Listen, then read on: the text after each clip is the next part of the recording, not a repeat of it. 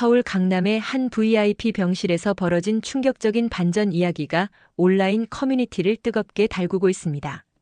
41년 동안 헌신적인 아내로 살아온 64 나이의 약사가 남편을 위해 콩팥 기증을 준비하던 중 예상치 못한 진실을 마주하게 되었다고 합니다. 제보에 따르면 이 이야기는 단순한 가족 문제를 넘어 중년 여성의 자아 발견과 인생 이모작의 감동적인 메시지를 담고 있다고 하는데요. 과연 무슨 일이 있었던 걸까? 지금부터 여러분께 그 특별한 이야기를 전해드리겠습니다. 여기서 잠깐 더 많은 이야기와 재미있는 콘텐츠를 놓치지 않으시려면 지금 바로 구독과 알림 설정을 해주세요. 여러분의 관심이 저희 채널에게 큰 힘이 됩니다. 서울의 늦가을 강남의 고급 아파트 35층 집안은 이상하게도 봄처럼 따스했습니다. 중앙난방이 24도로 설정된 거실에서 윤정혜는 남편 김태호가 좋아하는 황차를 우려내고 있었죠. 62의 나이에도 그녀의 손길은 여전히 능숙했어요. 38년 동안 초등학교 교사로 일하며 수백 명의 아이들을 가르쳤던 그 손으로요. 여보, 오늘 병원 가야죠. 정혜가 차를 내려놓으며 말했어요. 태호는 소파에 비스듬히 기대어 있었습니다. 69의 나이에 찾아온 당뇨 합병증이 그를 점점 약하게 만들고 있었죠. 그래, 그래야겠지. 태호의 대답은 언제나 이렇게 간결했어요. 결혼한 지 41년이 지났지만 그는 여전히 말수가 적었습니다. 젊었을 때는 무뚝뚝한 매력이었는데 이제는 그냥 소통이 어려운 남자가 되어버렸죠. 리빙룸 저편에서는 며느리 이지연이 아이패드를 들여다보고 있었어요. 30대 중반의 그녀는 화장을 진하게 하지 않은 날에도 곱고 단정한 인상이었죠. 결혼한 지 10년이 넘었는데도 정혜는 아직도 며느리가 무슨 생각을 하는지 알 수 없었어요. 어머니, 아버님이 수술 날짜 잡히면 입원 준비는 제가 하겠습니다. 지연이 고개를 들며 말했어요. 그녀의 목소리는 항상 부드러웠지만 어쩐지 그 속까지 보이지 않는 느낌이었죠. 병원으로 가는 차 안에서 태호가 갑자기 정혜의 손을 잡았어요. 이런 일은 정말 드물었죠. 정말 고마웠어. 그 한마디가 정혜의 가슴을 콕 찔렀어요. 정말 고마웠어. 과거형이었죠. 마치 벌써 끝난 것처럼. 왜 갑자기 그런 말씀을? 그냥 생각나서. 병원에 도착하자 아들 우석이 이미 와 있었어요. 사업체를 경영하는 그는 요즘 더 바빠 보였죠. 38살의 독자로 태어나 부모의 사랑을 듬뿍 받으며 자란 그는 62kg 훤칠했지만 최근 들어 눈가에 피곤함이 역력했어요. 아버지, 어떠세요? 우석이 부축하며 물었죠. 별로 안 아파. 너무 호들갑 떨지 마. 의사가 검사 결과를 설명했어요. 현재 상태로는 투석도 고려해야 할 것 같습니다. 다만 가족 중에 신장을 기증받을 수 있다면 그때 우석이 먼저 나섰어요. 제가 검사를 받아보겠습니다. 정혜는 가슴이 뭉클했어요. 아들이 이렇게 효자였나 싶어서요. 하지만 검사 결과 우석은 아버지와 혈액형도 맞지 않았고 간 기능도 좋지 않았죠. 회사 일 때문에 잦은 회식과 과음이 원인이었어요. 그럼 제가 정혜가 말을 꺼냈을 때 우석이 놀란 표정을 지었어요. 어머니는 나이가 62이 나이가 많은가? 요즘 70도 젊다고 하던데? 의사가 고개를 끄덕였어요. 기증자의 나이보다는 건강 상태가 더 중요합니다. 일단 검사를 받아보시죠. 집으로 돌아오는 길에 우석이 운전대를 잡고 있었어요. 어머니, 수술은 큰 결정이니까 다시 한번 생각해 보세요. 무슨 소리니? 내 아버지인데. 백미러로 보니 우석의 표정이 묘했어요. 뭔가 걱정스러운 듯 계산하는 듯한 표정이었죠. 그날 밤 정혜는 오래된 앨범을 꺼내봤어요. 젊은 시절의 사진들이 가득했죠. 교사 시절 학생들과 함께 찍은 사진, 우석이 태어났을 때 찍은 사진, 가족 여행 사진들. 41년. 그녀가 이 집안에서 보낸 시간이었어요. 23세 결혼해서 62이 된 지금까지. 젊음의 대부분을 이 집에 바쳤죠. 시어머니를 모시고 남편을 내조하고 아들을 키우면서. 정혜는 거실 창가에 서서 서울의 밤하늘을 바라봤어요. 도시의 불빛이 별을 가렸죠. 태호의 말이 다시 떠올랐어요. 정말 고마웠어. 왜 갑자기 그런 말을 한 걸까? 이틀 후 우석과 지연이 저녁을 먹으면서 이야기를 나눴어요. 어머니가 검사 받으시기로 하셨다던데 지연이 유난히 조심스럽게 말했어요. 수술은 정말 큰일이에요. 어머님 나이에. 그냥 놔두자. 어머니가 하시겠다는데 뭘 더 말해. 하지만 만약에 문제가 생기시면. 문제가 생기면 어쩌라고. 걱정은 우리가 하는 거지. 정혜는 부엌에서 그들의 대화를 다 들었어요. 마음 한구석이 서늘해졌죠. 자식이 부모 걱정하는 건 당연한데 왜 이렇게 찜찜한 기분일까? 다음 주 검사 결과가 나왔어요. 놀랍게도 정혜는 건강했어요. 혈액형도 맞았고 신장 기능도 양호했죠. 수술이 가능하시겠습니다. 의사가 말했어요. 그날 저녁 태우가 또 정혜의 손을 잡았어요. 미안해. 그리고 정말 고마워. 이번에는 현재형이었어요. 하지만 그의 눈빛에 뭔가 이상한 그림자가 어려 있었죠. 죄책감 같은 건? 아니면 불안함? 정혜는 그날 밤 잠들기 힘들었어요. 남편의 말 한마디가 자꾸 귓가에 맴돌았거든요. 문득 그녀는 깨달았어요. 41년 동안 살아왔던 이 집이 어쩐지 낯설게 느껴진다는 걸. 검사를 마치고 일주일 후 사흘 뒤에 수술 날짜가 잡혔다는 연락이 왔습니다. 정혜는 입원 준비를 하며 문득 가족들의 통장과 서류들을 정리해야겠다는 생각이 들었어요. 혹시나 하는 마음이었죠. 아들한테 미리 얘기해둬야겠어. 서재에서 서류를 정리하면서 혼자 중얼거렸습니다. 태호가 평소 보관하던 금고에서 가족 통장들을 꺼내던 순간 정혜의 손이 멈췄어요. 예전에 없던 새 통장들이 있었거든요. 태호와 우석 단독명의 계좌가 3개나 새로 생겼고 거래 내역을 보니 최근에 활발하게 움직인 흔적이 보였습니다. 아마 회사 자금 때문이겠지. 정혜는 그렇게 생각하려 했어요. 하지만 뭔가 깨름칙한 기분이 드는 걸 어쩔 수 없었죠. 다음 날 아침 태호가 화장실에 간 사이 휴대폰이 울렸어요. 평소에는 절대 보지 않는 남편의 휴대폰이었지만 이번에는 문득 손이 갔습니다. 화면에는 우석이라는 이름이 떠 있었죠. 통화를 받지 않고 잠시 망설이던 정혜에게 문자가 왔어요. 아버지, 내일 만나서 이야기하시죠. 어머니는 빼고 우리끼리만. 정혜의 심장이 쿵쾅거렸어요. 아들이 왜 수술을 앞둔 어머니를 빼고 이야기를 하자는 걸까? 그날 저녁 식사 자리에서 정혜가 넌지시 물어봤어요. 우석아, 내일 아버지랑 무슨 일 있어? 아, 회사 일로 상의할 게 있어서요. 우석은 잠깐 눈동자가 흔들렸어요. 어머니 수술 앞두고 무슨 회사 일이 그리 급해? 그냥 간단한 얘기예요. 그날 밤 정혜는 뒤척이다가 새벽 3시가 넘어서야 잠들었어요. 이상한 예감이 계속 들었거든요. 다음 날 오후 우석과 태호가 외출한 사이 정혜는 또 서재에 들어가 봤습니다. 이번에는 더 꼼꼼히 살펴봤죠. 그러다가 서랍 구석에서 이상한 서류를 발견했어요. 부동산 매매 계약서였습니다. 날짜를 보니 2주 전에 작성된 것이었어요. 강남에 있는 상가 건물 지분을 우석에게 이전하는 내용이었죠. 그런데 정혜의 인감 도장이 찍혀 있었어요. 내가 언제 이런 걸 찍었지? 정혜는 가슴이 두근거렸어요. 기억이 없었거든요. 더 찾아보니 비슷한 서류가 몇 개 더 있었습니다. 모두 최근 몇 달 사이에 작성된 것들이었어요. 문득 지난달에 있었던 일이 떠올랐죠. 지연이 두통약이라며 준 알약을 먹고 나서 기억이 흐릿했던 적이 있었어요. 그때였을까? 태호와 우석이 돌아온 건 저녁 8시가 넘어서였습니다. 우석은 평소보다 차분해 보였고 태호는 표정이 어두웠죠. 걱정 많이 했지?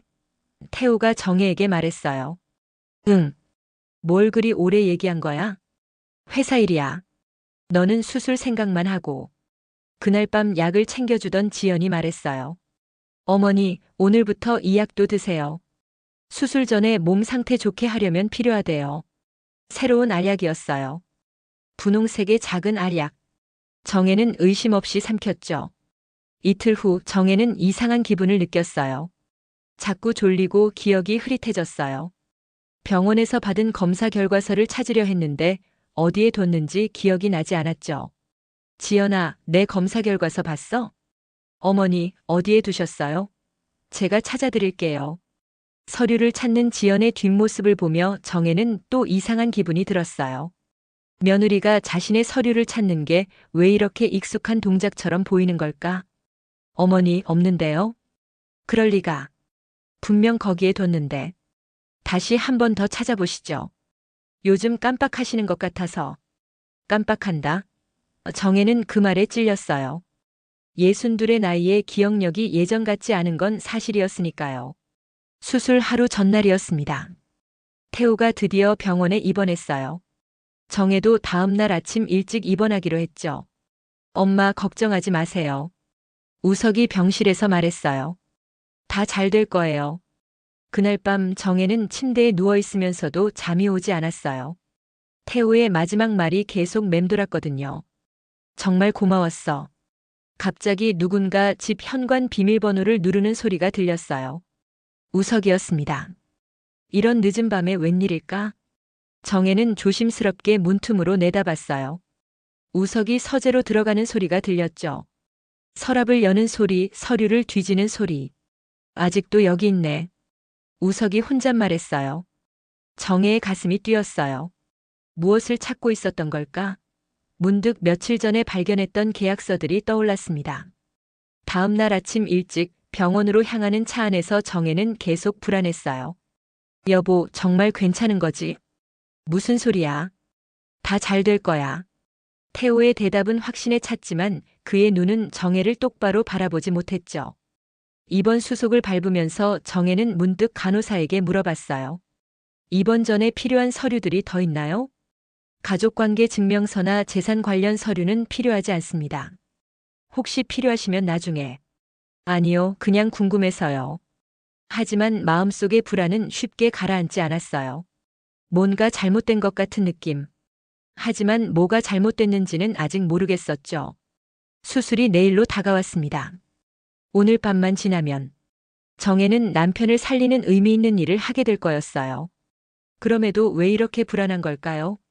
수술 당일 아침 새벽 5시에 눈을 뜬 정혜는 이상하게 머리가 맑았습니다.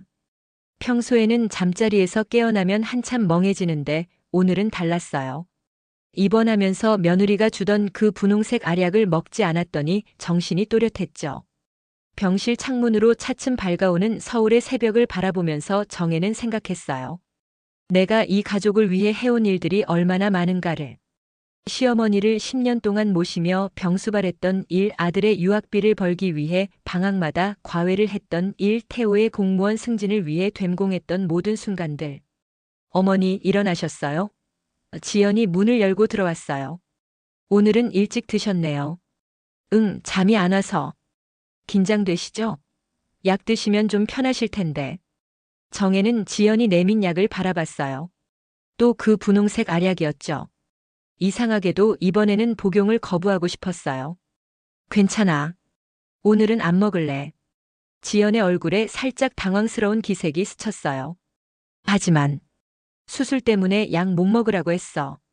오전 9시 수술복으로 갈아입으면서 정혜는 불현듯 지난밤 꿨던 꿈을 떠올렸어요. 젊은 시절 첫 월급으로 부모님께 효도 여행을 보내드리던 때의 꿈이었죠. 그때 어머니가 하셨던 말씀이 들렸어요. 딸아, 내가 남들 위해 사느라 정작 내 자신을 잃어버리지는 마라. 어머니 준비되셨죠? 우석이 간호사와 함께 들어왔어요. 응. 아버지는? 이미 수술실로 들어가셨어요. 어머니도 곧 가실 거예요. 그때 태우가 갑자기 수술실 준비실에서 나왔어요. 잠깐만 소정아. 왜 그래? 태우가 정혜의 손을 꽉 잡았어요. 떨리는 손이었죠. 정말. 미안해. 갑자기 왜 그래? 수술 잘 받으면 돼. 아니야. 그게 아니라. 태우가 입을 열었다가 닫았어요. 결국은 똑같은 말만 반복했죠. 고마워. 정말 고마워. 수술실로 들어가면서 정혜는 거북이 짐승병원 복도에서 우석과 지연이 뭔가를 열띤 대화를 나누는 모습을 봤어요. 입모양으로는 보험이라는 단어가 보였죠. 마취가 서서히 들면서 의식이 흐려졌어요. 마지막으로 들은 건 의사의 목소리였습니다. 환자분 혈액형 다시 한번 확인해 주세요. AB형 맞나요? AB형? 정혜는 혼란스러웠어요. 자신은 B형인데. 이런 혼란스러운 생각을 끝으로 의식을 잃었죠. 얼마나 지났을까요? 서서히 눈을 뜨니 회복실이었어요. 간호사가 다가왔죠. 의식 돌아오셨나요? 수술이 취소됐어요. 취소? 정혜는 정신을 차리려 애썼어요. 네, 혈액형 검사에서 문제가 있었대요. 다시 확인해 보니 기증이 불가능하다고. 순간 정신이 번쩍 들었어요. 이상했죠. 분명 예비 검사에서는 가능하다고 했는데. 얼마 후 우석이 들어왔어요. 표정이 묘하게 안도한 것 같았죠. 엄마 괜찮으세요? 응.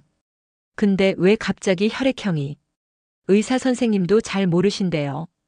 다시 한번 정밀 검사해 보자고. 그날 오후 정혜가 혼자 병실에 있을 때 입원 당시 받았던 검사 결과지를 다시 찾아봤어요. 가방에 있었던 사본 말이죠. 분명 B형이라고 나와 있었는데. 저녁 무렵 정혜는 간호사에게 물어봤어요. 혹시 혈액형 검사가 잘못될 수 있나요? 거의 없어요. 그래서 수술 전에 몇 번이고 재검사하거든요. 이상했어요. 뭔가 석연치 않은 일이 벌어지고 있었죠. 다음 날 아침 정혜는 일찍 병원을 나와 집으로 돌아왔어요. 아무도 없는 것 같았지만 서재 앞을 지나가다가 우석의 목소리가 들렸어요. 통화 중이었죠. 네, 감사합니다. 수술이 취소되어서 다행이에요. 보험 금액이 얼마라고요? 정혜의 심장이 철렁했어요. 보험금? 누구의 보험금? 문틈으로 살짝 들여다보니 우석이 서류를 보고 있었어요. 생명보험 청구서라는 글자가 보였죠. 제사하면 수술하다가 사고라도 나면 배지무비나. 우석이 중얼거리는 소리도 들렸어요. 정혜는 서서히 후퇴했어요. 온몸이 떨렸죠. 설마 수술을 이용해서. 저녁 때 가족 회의가 열렸어요. 태호의 상태에 대해 이야기하기 위해서였죠. 우선 다른 방법을 모색해봐야겠어. 우석이 말했어요. 그럼 투석은? 정혜가 물었어요. 그것도 비용이 만만치 않은데. 우석이 말꼬리를 흐렸어요. 돈 걱정은 하지 마. 내가 가진 건 다. 어머니 지연이 끼어들었어요. 어머니는 이제 좀 쉬셔야 할 나이시잖아요. 우리가 다 알아서 할 거니까 걱정하지 마세요. 정혜는 소름이 돋았어요. 그들의 걱정하지 마세요라는 말이 왜 이렇게 위협처럼 들리는 걸까요? 그날 밤 정혜는 오래된 일기장을 꺼내 읽어봤어요. 결혼 초기부터 써온 일기였죠. 페이지를 넘기며 문득 깨달았어요. 자신이 이 가정의 돈줄이었다는 걸. 교사 월급, 그 후에 부업 수입, 상속받은 재산. 모든 것이 이 가족의 기반이 되었죠. 그럼에도 지금 그들은 정혜를 어떻게 보고 있을까? 더 이상 쓸모있는 존재가 아니라 걸림돌로 보고 있는 건 아닐까? 다음 날 아침 정혜는 결심했어요. 명확한 진실이 필요했죠. 오랜 친구이자 간호사였던 박인숙에게 전화를 걸었습니다. 인숙아, 나야. 물어볼 게 있어. 박인숙은 40년 넘게 병원에서 근무한 베테랑 간호사였어요. 정혜와는 대학 시절부터 친구였죠. 카페에서 만난 인숙의 첫 말은 단도직입적이었어요. 정혜야, 요즘 얼굴이 많이 지쳤네.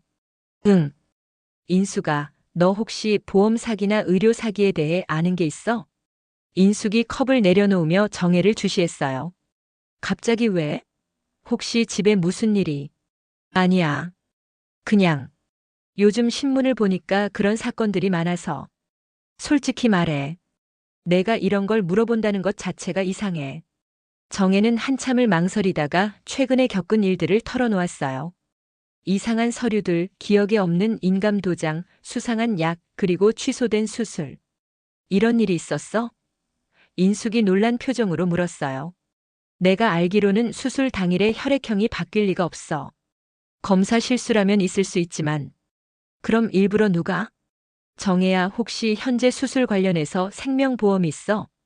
모르겠어. 우석이가 해놓은 것도 있을 거야. 인숙은 심각한 표정으로 말했어요. 내가 아는 사람 중에 이런 일 전문적으로 조사하는 탐정이 있어. 소개해줄까? 다음 날 정혜는 하영진 탐정을 만났어요. 30대 후반의 그녀는 예전에 형사였다고 했죠. 어르신, 가족이 연루된 사건이라 조사하기 까다로울 거예요. 하지만 증거를 확보하는 게 중요해요. 어떻게 해야 하나요? 일단 집안에 몰래 카메라와 녹음기를 설치할 수 있는지 봐야 해요. 그리고 서류들은 모두 사진으로 남겨두세요. 정혜는 망설였어요. 자기 집에 몰래 카메라라니. 하지만 다른 방법이 없었죠. 일주일 후 기회가 왔어요. 우석과 지연이 이틀 동안 제주도로 워크숍을 간다고 했거든요. 태우는 병원에 입원해 있었고 정혜는 혼자 집에 남게 되었죠. 하영진은 전문가답게 신속하게 작업했어요. 거실에 7개, 서재에 5개, 침실에는 녹음기만 설치했죠. 가족들의 일상적인 대화만 녹음되면 돼요. 제가 필요한 부분만 편집해서 보여드릴게요. 첫 번째 성과는 이틀 후에 왔어요. 우석과 지연이 돌아온 그날 밤 서재에서 나눈 대화였죠. 어머니가 요즘 뭔가 눈치챈 것 같아. 우석의 목소리였어요. 그럴 리가. 약을 계속 드시니까 확실히 건망증이 생기셨잖아. 하지만 수술도 취소됐고 다른 방법을 생각해야 할 것 같은데. 요양원이 어때? 치매 초기라고 진단받으면. 그건 너무 급하잖아. 아직 멀쩡하신데. 정혜는 녹음을 들으며 온몸이 오그라들었어요. 치매 초기라고? 자신을 요양원에 보내려고? 더 충격적인 것은 다음 주에 발견한 서류였어요. 지연이 외출한 사이 그녀의 가방에서 우연히 발견한 후견인 선임 신청서 초안이었죠. 정혜의 이름으로 되어 있었고 후견인은 우석으로 기재되어 있었어요. 이게 뭐야? 정혜는 손이 덜덜 떨렸어요. 하영진에게 서류 사진을 보냈을 때 그녀는 즉시 답변했어요. 어르신, 이건 심각해요. 성년 후견 제도를 악용하려는 것 같아요. 그날 오후 정혜는 평소처럼 약을 먹는 척만 했어요. 실제로는 화장실에서 버렸죠. 점점 머리가 맑아지면서 그간 놓쳤던 많은 것들이 보이기 시작했어요. 며칠 후 정혜는 하영진의 사무실에서 충격적인 진실을 들었어요. 어르신의 부동산과 예금이 상당하더라고요. 시가로 약 100억 원은 넘을 거예요. 그 정도나? 네. 그리고 아드님이 최근에 사업이 잘 안 된다는 얘기도 들었어요. 대출도 많이 있고요. 모든 퍼즐이 맞춰지기 시작했어요. 정혜는 분노보다 서글픔이 먼저 밀려왔죠. 41년 동안 키운 아들이 어머니를 그렇게 생각하고 있었다니. 이제 어떻게 해야 하죠? 법적으로 대응하려면 확실한 증거가 필요해요. 하지만 이미 충분히 모였어요. 다만, 가족이라서 더 힘들 거예요. 어르신이 정말 원하신다면 제가 변호사도 소개해 드릴게요.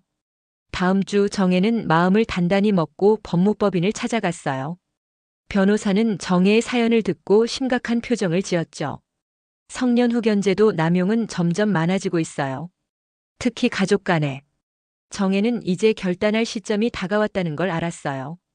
그들과 대화로 해결할 수 있을까? 아니면 법적인 조치를 취해야 할까? 그날 밤 정혜는 자신이 38년 동안 쓴 교직 일기를 꺼내봤어요. 수많은 학생들을 가르치며 써놓은 고민들, 문제 학생들을 어떻게 지도했는지에 대한 기록들. 문득 한 페이지에서 눈이 멈췄어요. 문제는 언제나 정면으로 마주할 때 해결된다. 피하려고 하면 더 커진다. 자신이 예전에 쓴 말이었지만 지금의 정혜에게도 해당되는 말이었죠. 더 이상 피할 수 없었어요. 진실과 마주할 시간이었습니다. 그 주말 정혜는 마침내 행동에 나섰습니다. 오전 10시 우석과 지연 그리고 태우가 모두 거실에 모인 자리에서 정혜는 테이블 위에 서류 봉투를 놓았어요. 얘기 좀 하자. 우석이 고개를 들었죠. 어머니, 무슨 일이세요? 봉투에서 서류들을 꺼내며 정혜가 말했어요. 내가 모르는 사이에 이전된 부동산 서류, 위조된 인감이 찍힌 문서들, 그리고 내 명의로 준비된 후견인 신청서야. 방안이 순식간에 얼어붙었어요. 우석의 얼굴이 하얘졌죠. 어머니, 그건 뭐야? 설명해봐. 정혜의 목소리는 이상하게 차분했어요. 정신이 선명해지자 오히려 냉정해졌죠. 지연이 먼저 입을 열었어요. 어머님, 오해하신 것 같은데요. 어머님 연세도 있으시고 해서 미리 준비한 거예요. 미리 준비? 내 인감을 위조하고 내 기억력을 흐리게 하는 약을 먹인 것도 준비야? 약은? 우석이 말했다가 말문을 닫았어요. 정혜는 또 다른 서류를 꺼냈어요. 생명보험 증권도 있더라고. 내가 가입자이고 수혜자는 우석이야. 그리고 수술 중 부작용으로 인한 특별 조항도 있고. 태호가 처음으로 입을 열었어요. 소정아, 오해야. 우리는 내 걱정을. 걱정? 정혜가 미소 지었어요. 정말 나를 걱정했다면 왜 나한테 말하지 않았어? 그리고 거짓말은 왜 했고? 방 안의 공기가 더욱 차가워졌어요. 우석이 억지로 웃으며 말했죠. 어머니, 이건 법적으로 문제가 될 게 없어요. 우리는 가족이잖아요. 가족? 정혜는 자리에서 일어났어요. 가족이라면 서로 속이고 해칠까? 다음 주 월요일 정혜는 우석의 회사를 방문했어요. 오래간만에 아들의 일터를 찾는 것이었죠. 비서가 안내한 사장실에서 정혜는 우석의 사업 장부를 살펴봤어요. 어머니, 갑자기 왜 회사에?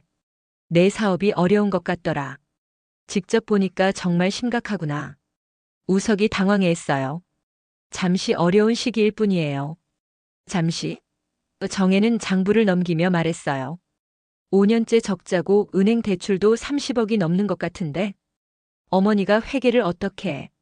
내가 40년 동안 가계부를 썼어. 이런 건 바로 보여. 정혜는 일어서며 말했어요. 우석아, 정직하게 얘기하자. 나한테 도움이 필요하면 부탁하면 돼. 나를 이용하려 들지 말고. 그날 오후 정혜는 하영진과 변호사를 만났어요. 더 이상 미룰 수 없다고 판단했거든요. 어르신, 이제 법적 조치를 시작할까요? 우선 내 재산과 권리를 보호하는 것부터 시작하자. 변호사가 말했어요. 재산 관리 금지 가처분 신청부터 할 수 있어요. 그리고 위조된 서류들에 대한 형사 고발도. 잠깐만. 정혜가 손을 들었어요. 형사 고발까지는 일단 민사로 해결해보자. 이틀 후 법원에서 보낸 가처분 결정문이 집에 도착했어요. 정혜 명의의 모든 재산 처분이 금지된다는 내용이었죠. 우석이 그 서류를 보고 얼굴을 붉혔어요. 어머니가 정말 이렇게까지 하시려고요? 내가 먼저 시작한 일이야. 그날 밤 정혜는 침대에 누워 천장을 바라봤어요. 62살의 인생이 이렇게 요동칠 줄은 몰랐죠. 하지만 이상하게도 두렵기보다 후련했어요. 마침내 자신의 목소리를 내기 시작한 것 같았거든요.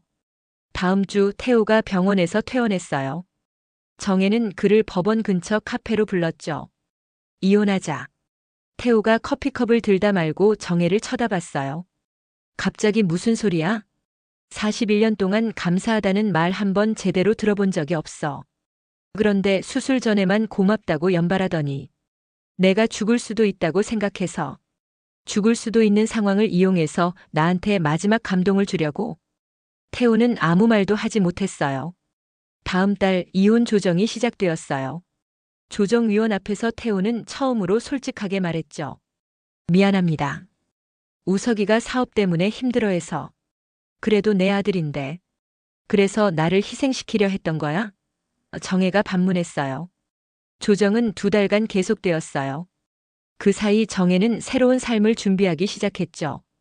예전에 교직에 있을 때 꿈꿨던 것들을 하나씩 찾아가면서요. 첫 번째 프로젝트는 피아노였어요. 학생 시절 배웠다가 결혼하면서 포기했던 피아노. 정혜는 중고 피아노를 한 대 샀죠. 요즘 좋아 보이시네. 하영진이 사무실을 방문한 정혜에게 말했어요. 응. 오랜만에 나를 위한 시간을 가지니까. 마침내 4월이 되었고 이혼이 성사되었어요. 조정문에는 이렇게 적혀 있었죠. 혼인 관계 종료 재산 분할은 정혜 7할, 태호 3할. 법원을 나서며 정혜는 서울의 봄바람을 맞았어요. 새로운 시작의 바람처럼 느껴졌죠. 어머니. 뒤에서 우석의 목소리가 들렸어요. 돌아보니 우석과 지연이 있었죠. 우석은 오랜만에 눈물을 흘리고 있었어요. 정말 죄송합니다. 제가 너무 어리석었어요. 정혜는 아들의 어깨를 다독였어요. 너도 힘들었겠지. 하지만 이제부터는 정직해야 해. 그날 저녁 혼자 집에 앉아 차를 마시며 정혜는 생각했어요. 새로운 인생이 시작되었다고. 62이라는 나이는 오히려 새로움의 특권일지도 모른다고. 이혼이 확정되고 한 달이 지났을 때 정혜는 인생의 새로운 장을 펼치기 시작했어요. 서울에서 조금 떨어진 경기도의 작은 도시 안성으로 이사를 결심했죠. 강남의 아파트는 처분하고 조용한 주택가에 마당이 있는 단독주택을 샀어요. 선생님, 새 집은 어때요? 하영진이 이사 다음 날 방문해서 물었어요. 너무 좋아. 마당에 작은 텃밭도 있고 앞집에는 할머니가 운영하는 작은 찻집도 있고. 그럼 이제 편히 쉬시겠네요. 쉬기만 할 순 없지. 정혜가 웃었어요. 사실 계획이 있어. 2주 후 정혜는 집 근처의 문화센터에서 피아노 강습을 시작했어요. 어린 시절의 추억을 되살리는 일이었죠. 62의 나이에 다시 배우는 열정은 젊은 사람들 못지않았어요. 어머님, 정말 금방 실력이 늘으시네. 30대 젊은 피아노 선생이 감탄했어요. 젊을 때 기초는 있었거든. 다만 40년 동안 잊고 있었을 뿐이지. 다음 달에는 더 큰 일을 시작했어요. 인근 초등학교에서 방과 후 피아노 교실 자원봉사를 신청한 거죠. 전직 교사였던 정혜는 아이들과 금방 친해졌어요. 선생님, 선생님도 옛날에 우리 나이였어요? 사랑스러운 8살 아이가 물었어요. 당연하지. 선생님도 한때는 너희처럼 작았단다. 그런 아이들과 시간을 보내며 정혜는 가슴 깊은 곳에서 따뜻한 감정이 되살아나는 걸 느꼈어요. 이게 자신의 진짜 모습이었구나 싶었죠. 여름이 되자 정혜는 작은 텃밭에서 상추와 토마토를 키웠어요. 매일 아침 일어나 물을 주고 잡초를 뽑는 일상이 소중했죠. 선생님, 토마토 주세요. 피아노 학생 중 한 명이 텃밭을 보며 외쳤어요.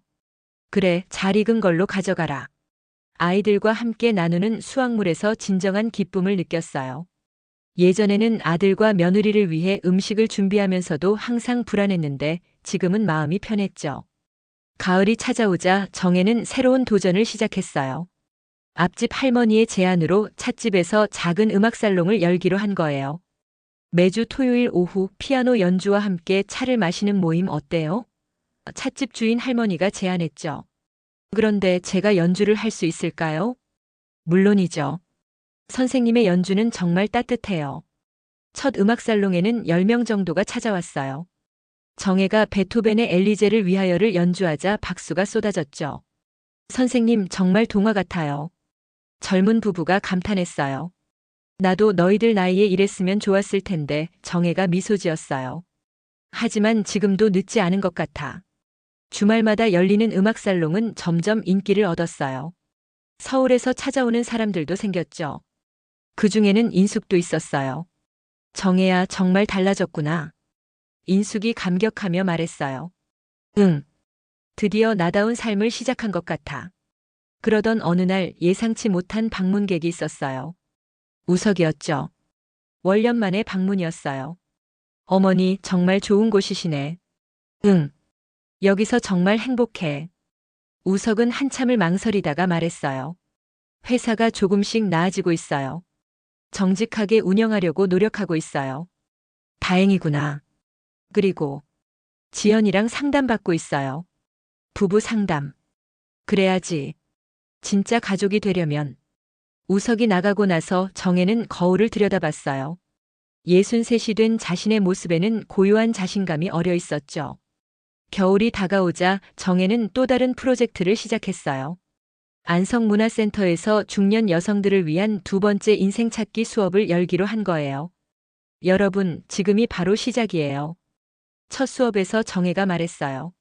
나이는 숫자일 뿐이에요. 중요한 건 마음의 젊음이죠. 10명의 중년 여성들이 모여들었어요. 그 중에는 이혼을 준비 중인 분도 있었고 남편을 여인 분도 있었죠. 선생님, 저희도 선생님처럼 될 수 있을까요? 한 수강생이 물었어요. 당연해요. 모든 시작은 작은 용기에서 시작돼요. 수업은 점점 인기를 얻었고 정혜는 수강생들과 함께 작은 합창단도 만들었어요. 매주 수요일 저녁 그들은 함께 노래를 불렀죠. 어메이징 그레이스 합창이 문화센터에 울려 퍼질 때마다 정혜는 가슴이 벅찼어요. 이렇게 많은 여성들이 새로운 삶을 찾고 있다는 것이 놀라웠거든요. 겨울의 마지막 주말, 정혜는 태호로부터 편지를 받았어요. 이혼한 지 8개월 만에 첫 연락이었죠. 소정아, 늦었지만 진심으로 미안해. 내가 행복하게 사는 모습을 우석에게서 들었어. 나도 변화하려고 노력하고 있어. 편지를 읽으며 정혜는 더 이상 분노나 슬픔을 느끼지 않았어요. 대신 평온한 마음이 들었죠. 과거에 얽매이지 않고 현재를 살고 있는 자신을 발견했어요. 정혜의 일상은 이제 완벽하게 그녀 자신의 것이었어요. 아침에는 텃밭을 돌보고 오전에는 피아노 연습을 하고 오후에는 아이들을 가르치거나 문화센터에서 수업을 하죠. 주말에는 음악살롱으로 바빴어요. 이제야 진짜 살아가는 것 같아. 어느 따뜻한 봄날 저녁 마당에 앉아 별빛을 바라보며 정혜는 혼잣말했어요. 41년의 시간이 결코 헛되지 않았다는 걸 알았죠. 그 시간이 있었기에 지금의 자신이 있을 수 있었으니까요. 이듬해 봄 정혜는 41년 만에 처음으로 혼자 여행을 떠났어요. 서해안의 작은 어촌 마을이었죠. 버스에서 내리자 짠 바다 냄새와 갈매기 소리가 그녀를 반겼어요. 할머니, 여행 오셨어요? 민박집 젊은 주인장이 물었어요. 응. 처음으로 혼자서. 멋지세요. 우리 어머니도 그 나이에 혼자 여행 다니셨거든요. 숙소에 짐을 풀고 나니 오후 3시였어요. 정혜는 천천히 포구를 산책했죠. 어부들이 그물을 정리하고 아주머니들이 해산물을 파는 모습이 정겨웠어요.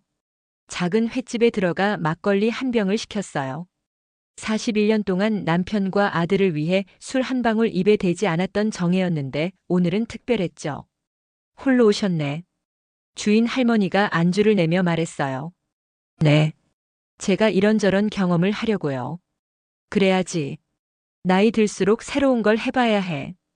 해가 질 무렵 정혜는 방파제에 앉아 일몰을 감상했어요. 붉게 물든 서해바다는 숨이 멎을 만큼 아름다웠죠. 문득 핸드폰을 꺼내 사진을 찍다가 예전에는 누구에게 보내려고 찍었을까 싶었어요. 이제는 자신을 위해 찍을 수 있었죠. 그게 가장 큰 차이였어요.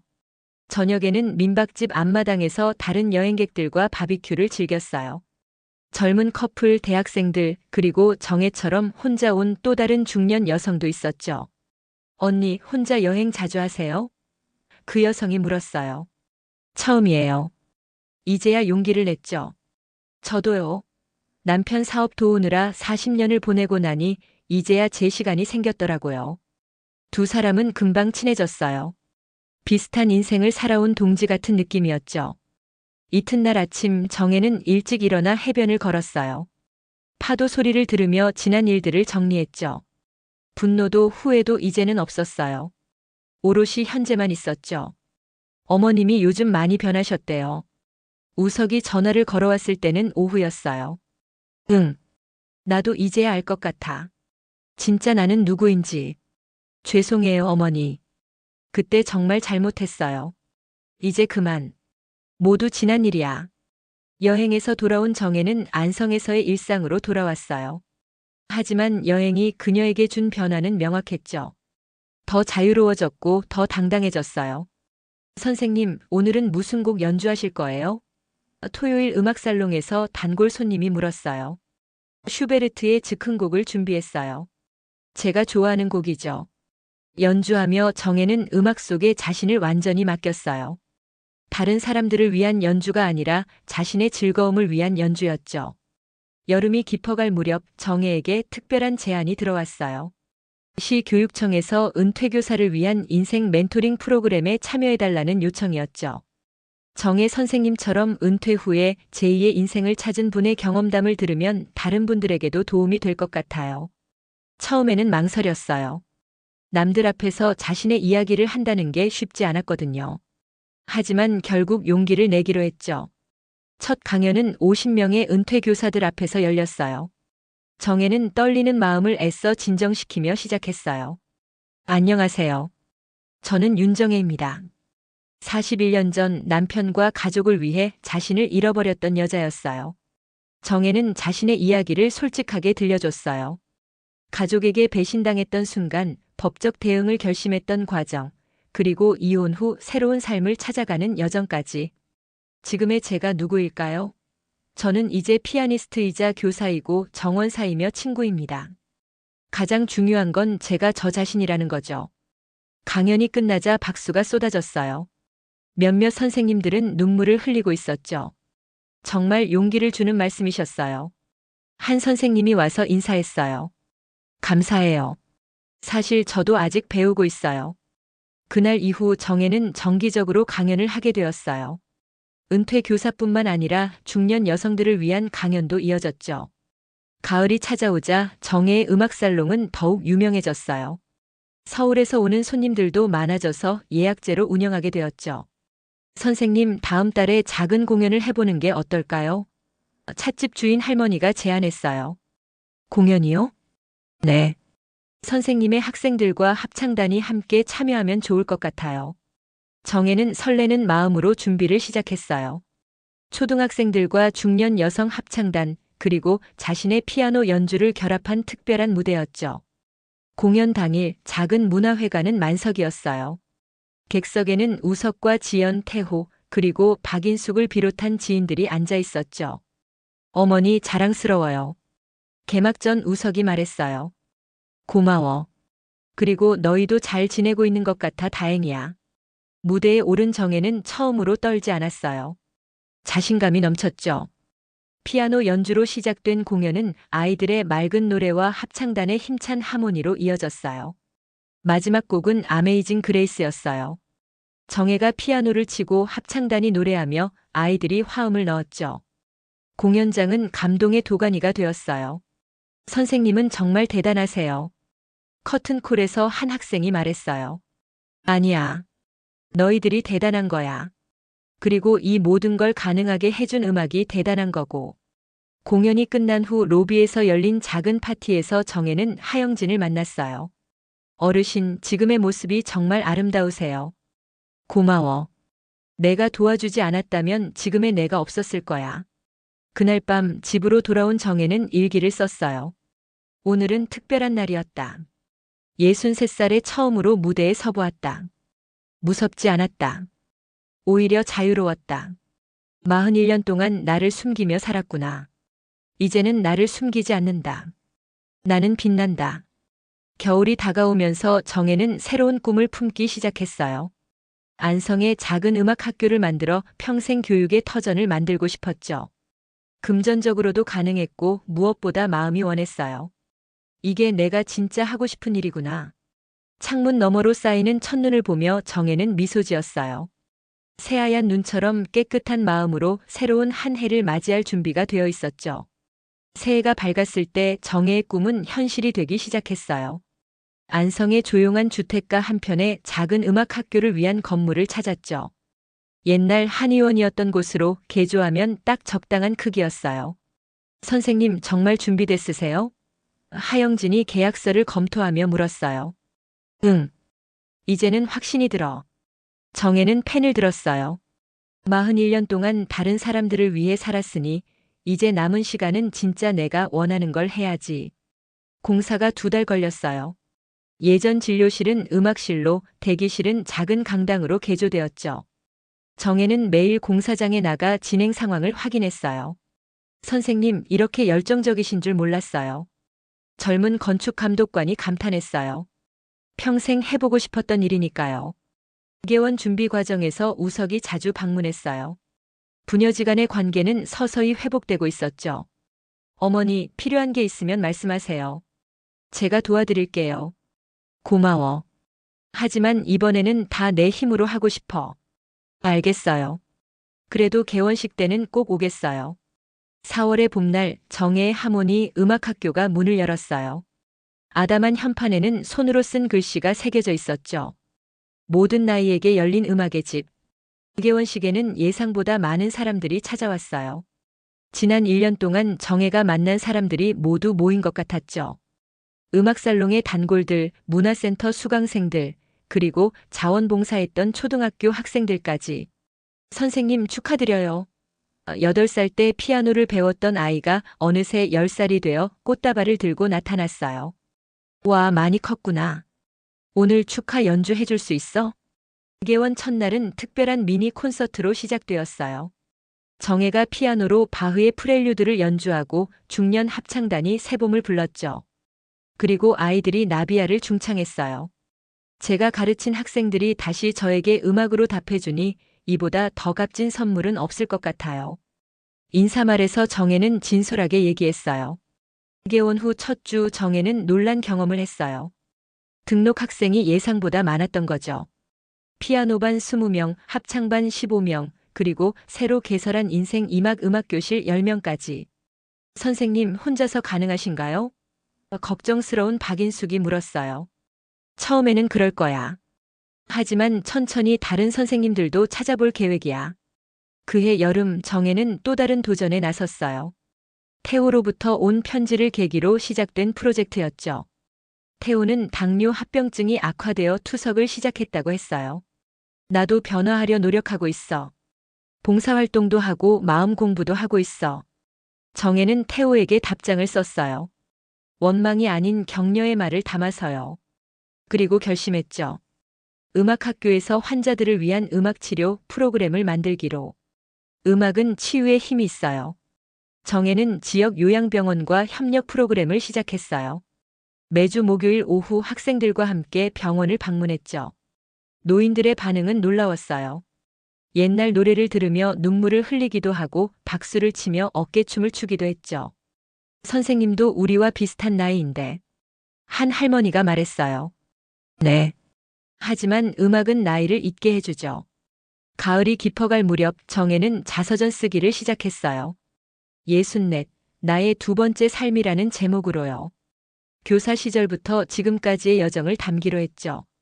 선생님의 이야기를 꼭 읽고 싶어요. 문화센터 수강생 중 한 명이 말했어요. 제가 용기를 낼 수 있었던 것도 선생님 덕분이에요. 글을 쓰면서 정혜는 자신의 삶을 다시 한번 돌아봤어요. 고통의 시간도 배신의 순간도 이제는 의미 있는 과정으로 보였죠. 겨울이 되자 음악학교는 지역의 문화공간으로 자리 잡았어요.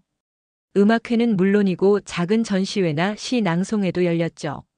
선생님이 만든 건 단순한 음악학교가 아니라 마을 사랑방이에요. 찻집 주인 할머니가 말했어요. 그게 제가 꿈꿨던 거예요. 음악으로 사람들을 연결하는 공간. 연말이 다가오자 정혜는 특별한 기획을 준비했어요. 세대 공감 콘서트였죠. 초등학생부터 70대 어르신까지 함께 무대에 오르는 공연이었어요. 공연 전날 저녁 정혜는 자신이 쓴 일기를 다시 읽어봤어요. 1년 전 오늘 나는 이혼 조정을 마쳤다. 그때는 두려웠다.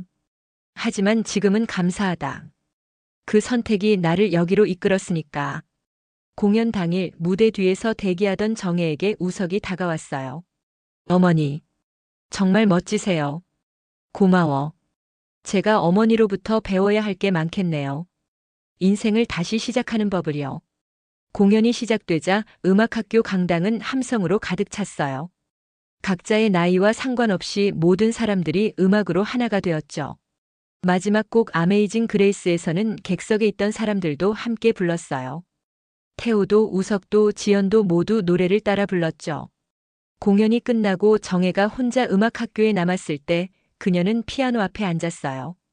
그리고 조용히 연주했죠. 자신이 가장 좋아하는 곡 쇼팽의 녹턴을요. 달빛이 피아노 건반에 내리앉았어요. 정혜의 손가락은 그 빛 위에서 춤추듯 움직였죠. 41년의 긴 여정 끝에 찾은 진짜 자신. 64세 나이에 시작된 새로운 인생. 정혜는 지금 이 순간을 사랑했어요.